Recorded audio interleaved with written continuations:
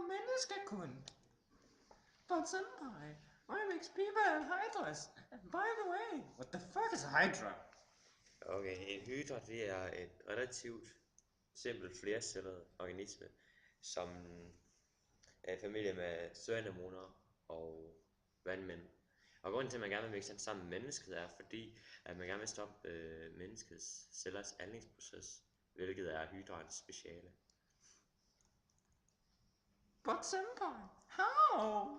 Vi skal starte med at finde ud af, hvilket gen, der stopper hydraens ældningsproces, og bagefter så sætter vi det ind i et menneskeæg, før det bliver befrugtet, og så befrugter vi det. Vi sætter det ind i et inaktivt stadie via enzymer, sådan så vi selv kan bestemme, eller personen selv kan bestemme, hvornår genen det skal aktiveres, sådan så den selv kan bestemme, hvilken alder personen gerne vil være for evigt. But senpai, is this for everyone? Inden hydrogenet indsættes i en person, foretages der et baggrundstjek på denne, og der udføres en undersøgelse af personens psyke.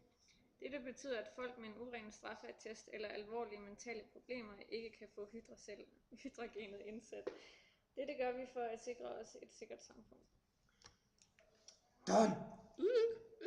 Men fuck starter med den her. How the